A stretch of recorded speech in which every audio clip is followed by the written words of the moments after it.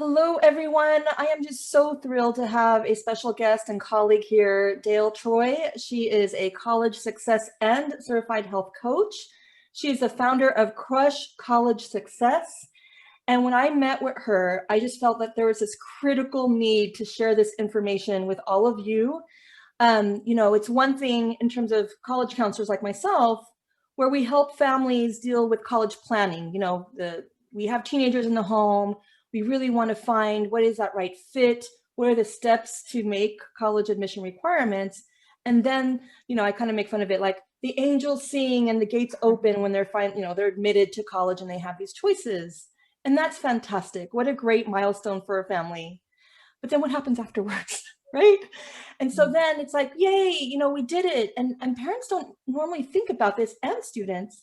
Well, what happens in terms of the transition to college life? And Dale, this is where you come in. It is, yes. I would love for you to start. Can you just kind of summarize about how college success stress started, and then we can just go from there? Sure.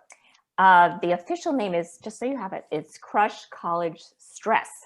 Yes. So I came about because I felt like I was seeing my kids in college and thought there was too much stress everywhere.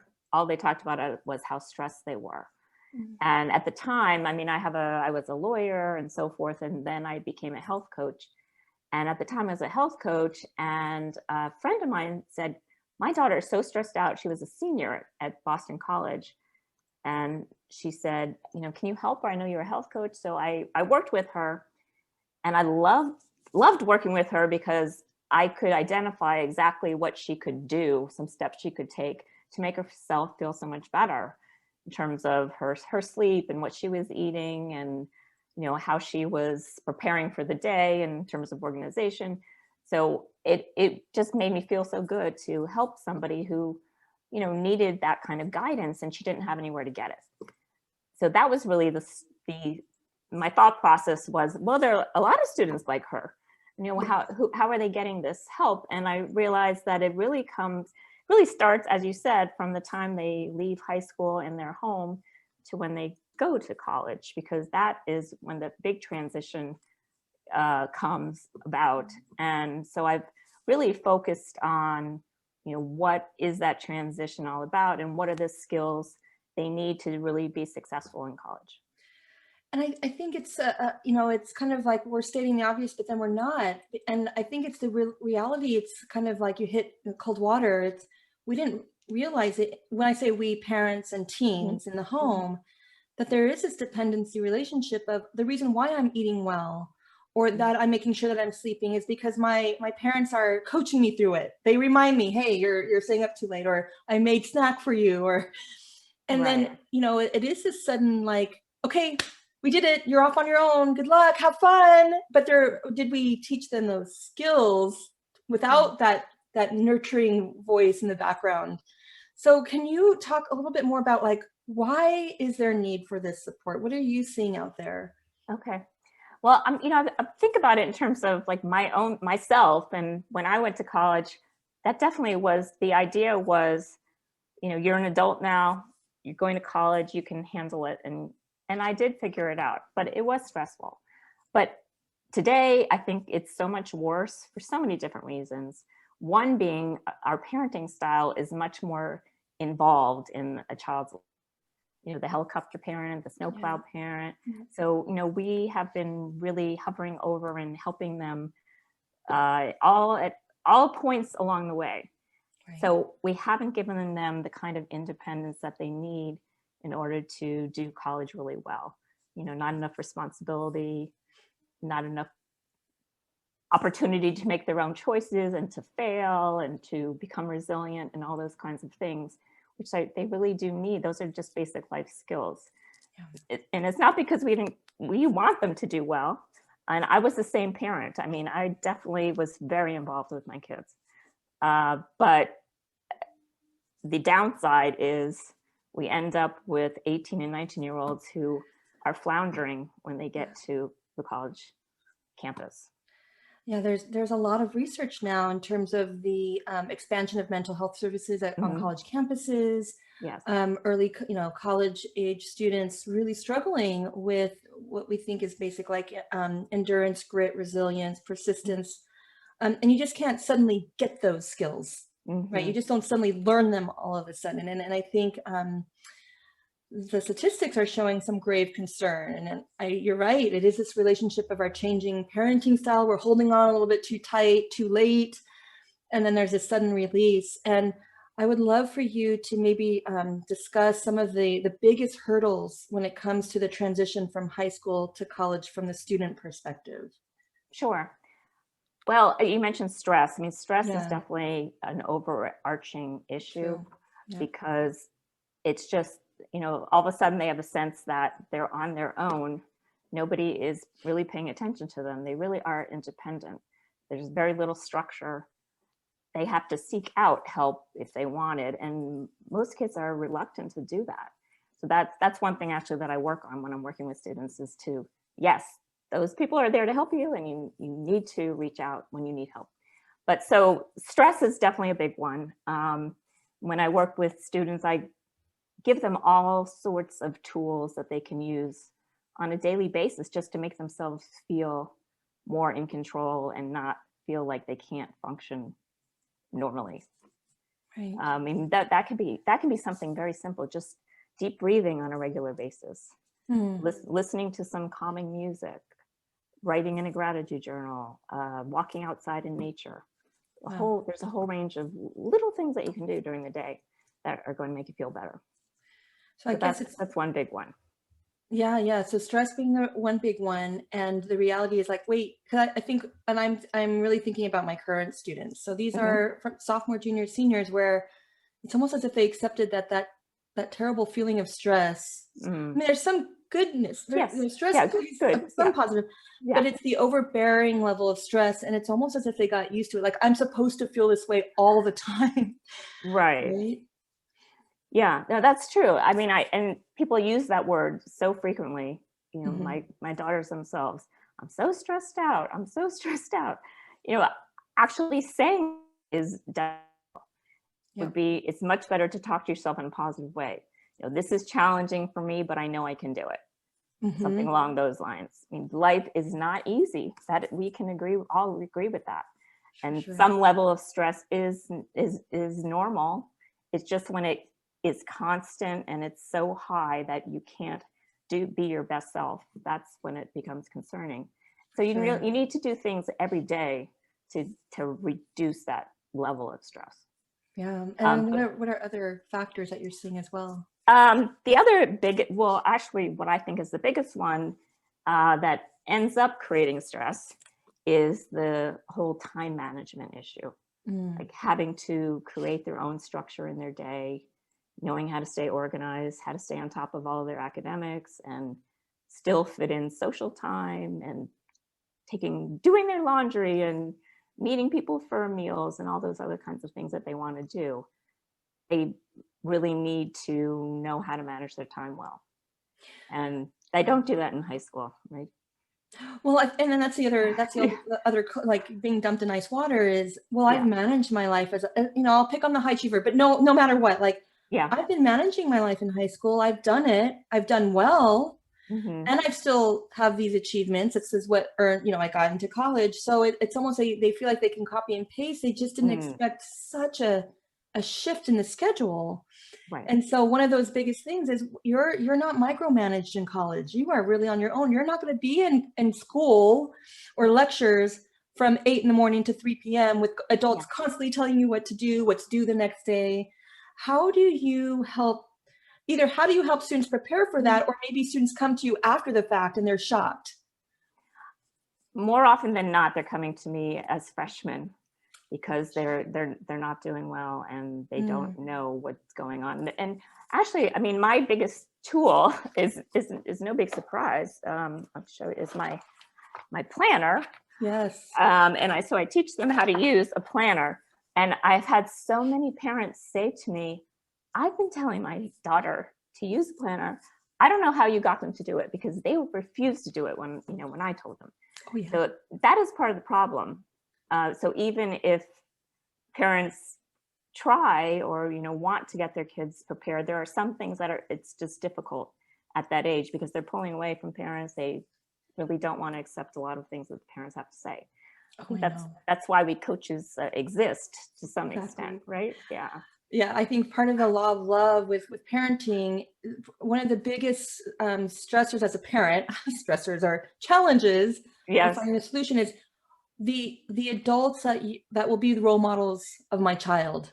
Because I know I've come to reality after, I've tried to hold on too tight. It's, I am not the best person to guide her. I just should provide her all this love. But perhaps I can hire a coach of some sort to say the same messages, right? But they're suddenly listening in. And to me, there is there's only benefits in my mind when you grow that village for your child, because they see multiple role models in their life. And perhaps that's, as a college counselor, it's funny because, the parents will be like, I've been saying why college is important my whole life, and now they're suddenly listening to you. It's like law of love. Yeah. That's what you do in terms of transition, right? Yeah, exactly. And once they buy into it, I mean, they're so happy because it makes their life so much easier, and they have a map to follow. And I'm always telling them, you don't need to remember. In fact, the more you try to remember things in your brain, it's taking space away from the thinking part and the processing part, which is what your brain is supposed to be doing. So everything you think you're going to forget, you write down, and you use your planner on a regular basis. Yeah, for sure. And then I think one of the things that, in our previous conversations, Dale, is we really want to avoid having the freshman college students so freaking out, stressed out, and then they come to you.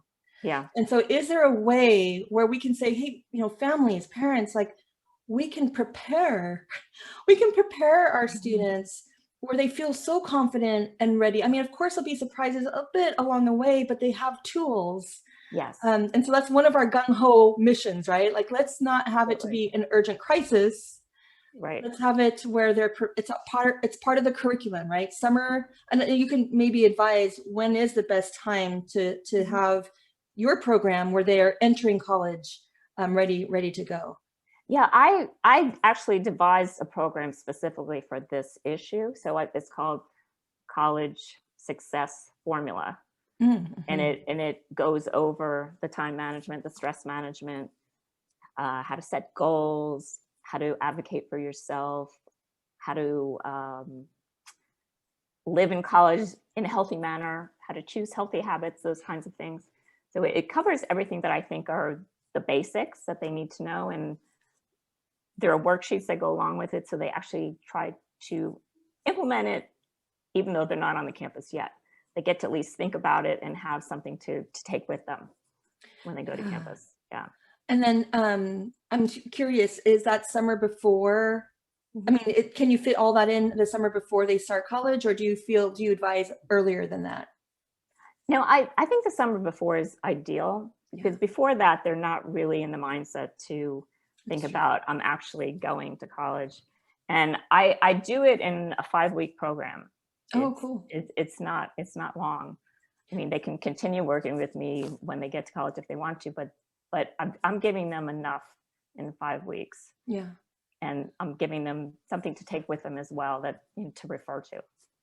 And then one of the things too that you really hit home was learning to advocate for oneself, and that is really a lesson not tested out in your high school years, because the village is just there.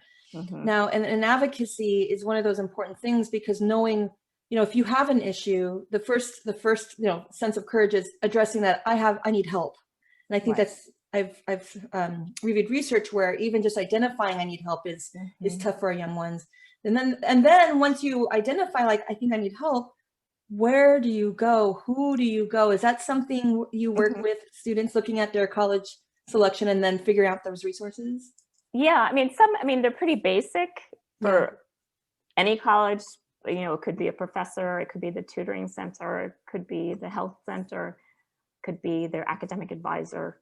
So I talk about all those pieces, or somebody who lives in the dorm, really depending on what the issue might be. But I think, to one student I was working with, I said, these people are being paid to help you.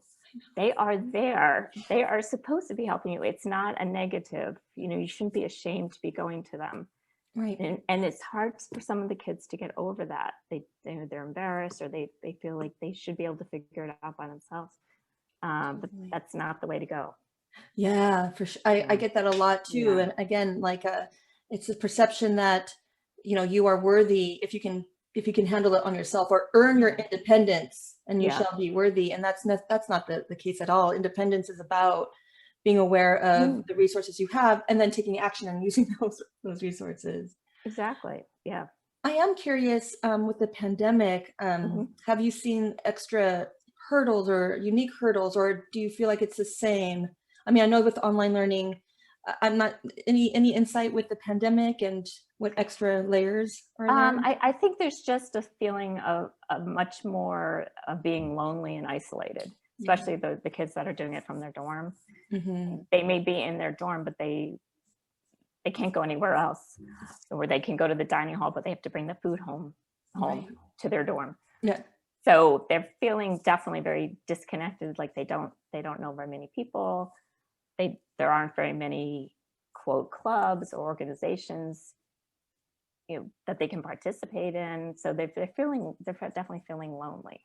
For sure. Um, so that's why I created my new group program, because I wanted students to feel like they could be a part of something and somewhere where they could get support all the time. Ooh, can So you just summarize? So, yeah. yeah, I'd love to hear it. So you have the one-to-one coaching, and this is the one we're talking about the summer before they start college. What an ideal time to get the skill sets, the resources, the knowledge base, Mhm. and then yeah, talk more about this community or small group Yeah, program. the small group is the same kinds of topics, but what's happening in the college campus at the time. And I do some teaching, and then I open it up for questions. We have 3 Zoom calls a month, and then we also have a Slack channel so that the students can ask questions anytime, and they can get support. They can hear what other kids are doing. Like just the other night, we had the call. A girl is actually home in her bedroom doing college online, Hmm. and she was really feeling like, this is so difficult for me. So I said, oh, so and so, you just did that last semester. Do you have some suggestions for Oh, her? that's so good. How could she make it feel better for her? So Hmm. he said, what he said actually was, I move around my house. So I make it Interesting. a little more interesting. I might work at the dining room table, then my bedroom, then in the kitchen. And I try to just make it not the same every day, because Yeah. otherwise it would be too boring. Well, and Right. then So just feeling like you're not alone. Like yeah, there's other students like me that's feeling homebound and getting crazy, and then just having that sense of belonging. I think yeah, is so hugely important for that. yeah. So awesome. So, all right. So now, what can you suggest for parents now? So, and I'm addressing actually maybe it's a two-part question. Okay. Parents who have high schoolers in their home, thinking about their future and preparing their students. How can parents support their high schoolers, and then for their Mhm. current college students? Okay. I don't know if it's the same advice or a little bit different Probably a depending little on. different, a little different. Okay. Okay. Okay. So in terms of having students still living with you, given that we want them ideally to be more independent and be able to make some of these decisions themselves and kind of run their own life, I would start backing away and letting them do that. Even I recommend this magic planner, letting them start to create their own day, figure out when do they want to study, figure out when are they going to do some exercise, and map it out in a planner, block it out. Let them start to feel like this is their day. It's not what the parents and the teachers have to say. Mhm. So I think that would be super helpful. In addition, you can start letting them make phone calls, actually use the phone, to adults for an appointment, or any reason that they might need to get some kind of an appointment. Let Mm. them be making it themselves. Don't do it for them. That's a helpful thing. I would also say, in terms of health, if you don't talk about those kinds of things in your home, it would be a good time to start talking about the importance of getting enough sleep and how it affects your whole body and how well you're going to do academically. Similarly, what you're putting in your body, you know, what you're eating, all those kinds of things, and why you need to exercise. If you just start making that more of a family conversation, Mm-hmm. you know, maybe you even take a walk after dinner with your whole family, you know, just try to incorporate some healthy habits as a family that maybe you're not doing right now. Awesome. Another thing that you could do. And then, you know, maybe even start to, if your child doesn't have some tools to use when they're feeling stressed, start to introduce them. You know, maybe you like to do yoga and you'll say to your child, oh, have you ever tried yoga? It's really, you know, it's a really relaxing thing to do. And maybe we could do a YouTube yoga class together. Right. Or a meditation or something like that, and let them see how it makes them feel. So Awesome. there are a whole range of things that you could be doing, especially if you have them in your home now and they can't go to many places, right? There's a lot of extra time. Yeah, it's been a gift. I just dropped off my daughter back to her college out of state. Mm-hmm. I had her for 2 months, and it was, I think what you talk, it's just kind of like our family does this. It's kind of like a value, like this is what our family does, not. And then there's times where Bella does this and mom does this, but that healthy, it's not just talk, it's an action. Mm-hmm. And I think that's just, you know, and it's awesome because now that I've seen her in her adulting life and she's in her own apartment now, you see the copy and paste. Yes. And in my mommy voice, I'm like, yay, you know. So how about any suggestions for those parents who have current college students? How is it slightly different? Okay, well, as I think I said earlier, often the college-age students don't like to ask for help. So I have found, unfortunately, too many times that the student is not doing well and they keep telling their parents they're doing fine. So I really emphasize the communication. You've got to create that right from the beginning and really tell your child that the most important thing is that we communicate. We're not there with you. We need to know what's going on. We can't help you if we don't know. We can't give you advice. So just make sure that those lines are open and let them know that, you know, we want to know when you have a problem right then, not 2 months later when we can't help you as well. Right. So that would be the number one thing. And then I think also view your role as being kind of more of a coach. You know, you do want them to make their own choices, make some mistakes, and be able to bounce back and be resilient and continue on. So you don't want to fix everything, but you want them to at least communicate to you, and then you can say, you know, would you like my advice? Or what are your options? Or what are you going to do about this? Or, you know, that kind of thing.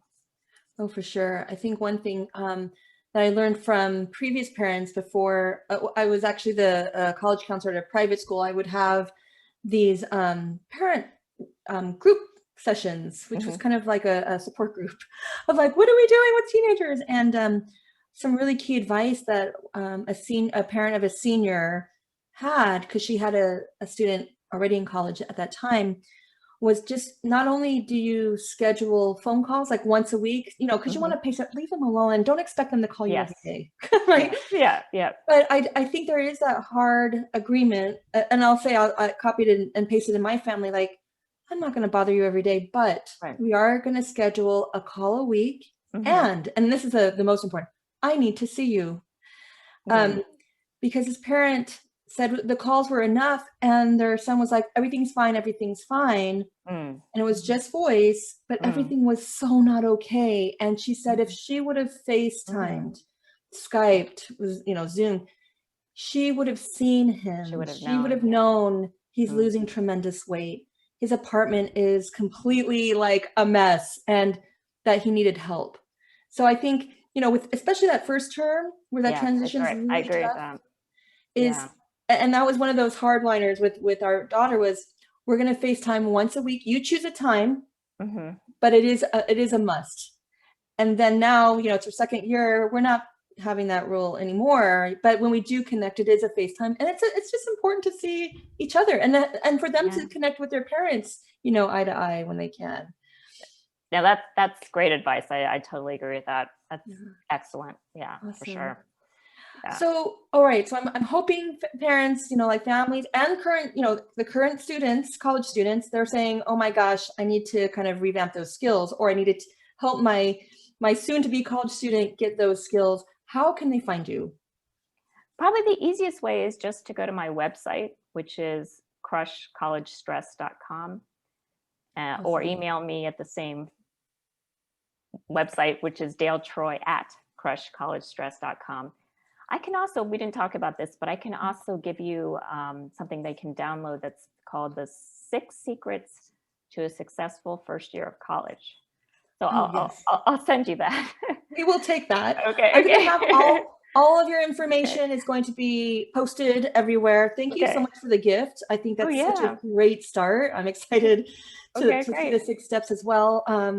Just thank you so much. I just want to let, you know, all families know, especially College Confidence family, we have a resource on what happens after admissions. And really, I challenge you, think about it as a priority. And we don't have to wait until the trouble comes. We can be proactive as parents and educators and get them set up for success. So thank you so much, Dale. Anything else that we've missed?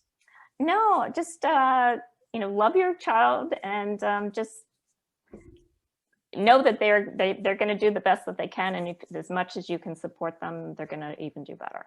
Awesome. Yeah. Thank you so much, Dale. Okay. Thank you.